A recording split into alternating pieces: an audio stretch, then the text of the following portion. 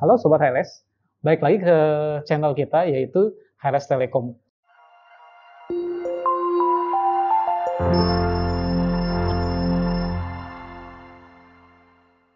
Untuk hari ini kita akan review satu splicer dari splicer Fujikura, yaitu seriesnya adalah splicer Fujikura 68S.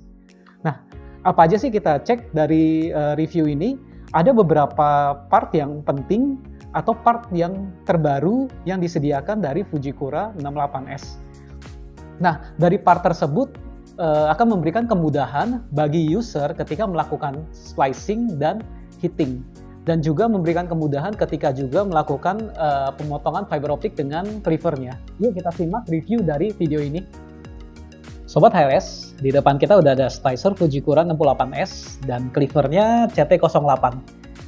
Yuk kita cek, kita bahas bagian-bagian dari splicer Fujikura 68S. Oke, yang pertama kalau kita cek di depan ini ada tombol Shift key di kanan dan di kiri untuk pengoperasian ya teman-teman ya. Terus selanjutnya juga ada layar LCD dan sudah touchscreen penggunaannya. Terus selanjutnya juga ada heater untuk lakukan pemanasan dari protection sleeve. Selanjutnya ada wind protector. Yuk kita bisa buka. Dari wind protector ini di dalamnya ada seat key di sebelah kiri dan di sebelah kanan, beserta ada yang terbaru dari Fujikura nih, ada retention. Nanti kita bahas lebih dalam ya dari retention ya, fungsinya. Selanjutnya ada elektrod di depan dan di belakang. Elektrod ini sudah tidak menggunakan screwdriver untuk membukanya. Jadi dengan jari kita sudah bisa mengganti elektrod tersebut.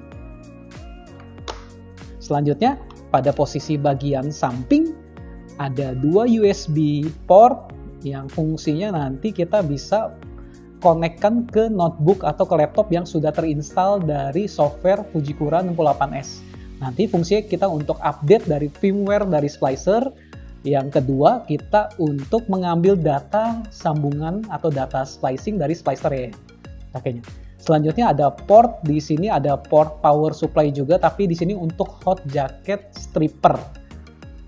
Selanjutnya kita buka dari bagian penutup baterainya. Gitu. Nah, ini ada baterai dari splicer Fujikura 68S beserta ada indikator baterainya.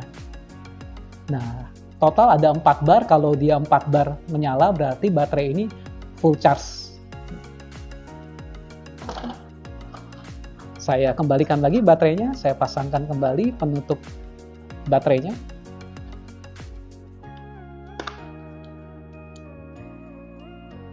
Nah, selanjutnya ada cleaver dari CT08. Nah, cleaver ini nanti sangat mudah digunakan, terutama ketika kita untuk melakukan untuk memutar dari blade cleaver ya. Jadi blade cleaver nanti ada masa pakainya, jadi kita akan putar position blade. Tapi saat ini untuk cleaver CT08 putar blade-nya kita bisa menggunakan jari kita untuk mengganti posisi nomor dari blade-nya. Oke, selanjutnya kita akan masuk ke fitur-fitur dari splicer Fujikura 68S. Sebelumnya kita nyalakan dahulu ya.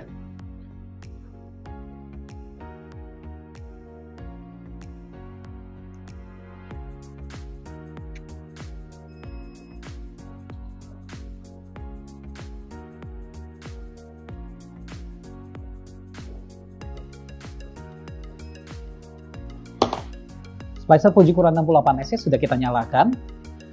Sebelum kita bahas fitur-fitur dari splicer Fujikura 68S-nya, sebelumnya kita akan bahas dahulu CT08 yang merupakan paketan dari splicer Fujikura 68S mendapatkan cleaver CT08.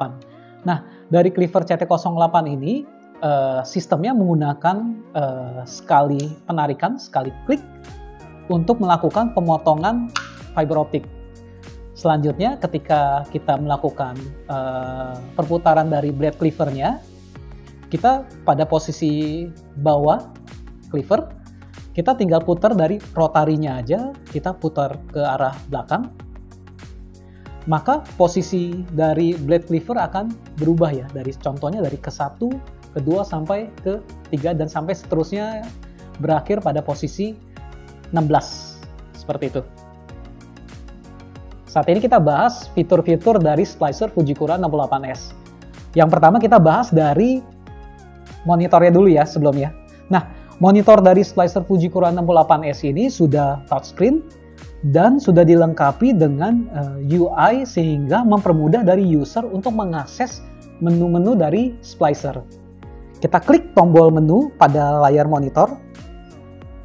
Nah, dari main menu di sini sudah ada splice operation untuk mempermudah pengaturan dari splicer. Selanjutnya juga ada splice mode untuk memilih tipe-tipe dari kabel fiber optik yang kita akan splicing atau kita akan sambung. Selanjutnya juga ada heater mode. Heater mode untuk memilih dari tipe-tipe protection sleeve. Selanjutnya ada memory juga. Memory ini untuk menyimpan data-data penyambungan dari splicer ya.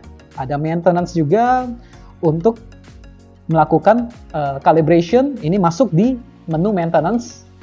Untuk melakukan pergantian elektrod juga nanti di maintenance. Ada splice setting juga, ada order setting tambahannya, dan ada guide yang berisi manual book. Selesai daripada pembahasan dari monitor, kita lanjutkan pada posisi tombol di sebelah kiri kita. Di sini ada tombol untuk power on, open close, tombol arrow atas dan bawah. Di sebelah kanannya ada tombol set, reset, dan tombol hit. Oke. Pada wind protector ini sudah otomatis. Nah, ketika kita klik tombol open close, maka wind protector akan terbuka secara otomatis.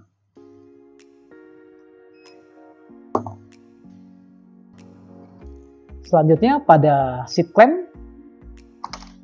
Nah, seat clamp ini sudah dilengkapi dengan retention ya.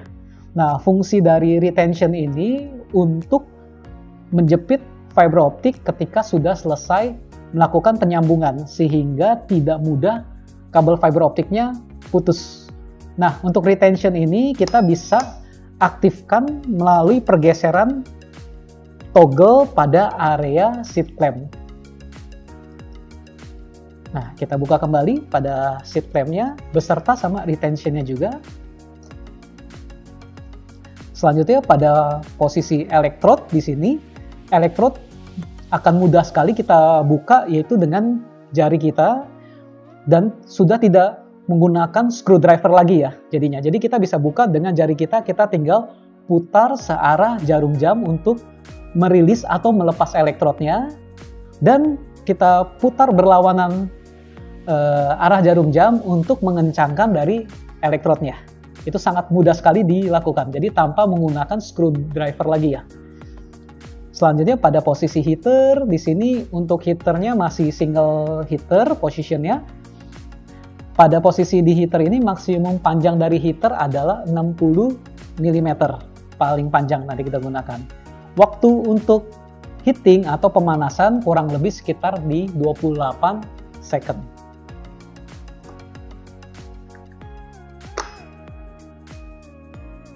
Demikian fitur-fitur dari splicer Fujikura 68S-nya. Nah, selanjutnya nanti kita akan masuk ke aplikasi dari splicer Fujikura 68S ya, dari position ke splicing, dari penggunaan retention-nya sampai nanti pada heating-nya. Sebelumnya kita sudah bahas ya fitur-fitur dari splicer Fujikura 61S-nya. Saat ini kita akan aplikasikan fitur retention dari splicer Fujikura 68S. Nah, saat ini kita posisinya akan melakukan penyambungan fiber optik. Nah, kita akan lakukan, kita klik tombol set pada posisi samping. Ya, pada wind protector akan otomatis menutup dan melakukan splicing.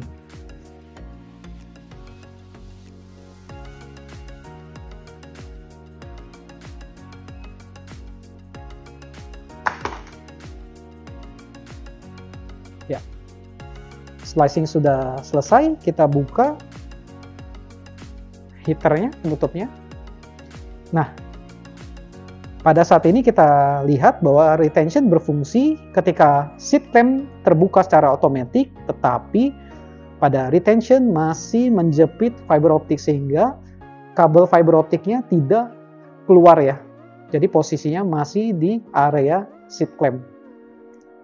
Selanjutnya kita akan melakukan heating pada protection sleeve-nya. Oke, kita akan lakukan. Kita pada posisi tangan kiri kita, pada jari kiri kita position seperti ini. Oke, saya akan lakukan heating. Kita keluarkan retention-nya. Selesai, kita pasangkan. Heating akan bekerja secara otomatis. Demikian Sobat HLS untuk review hari ini dari splicer Fujikura 68S.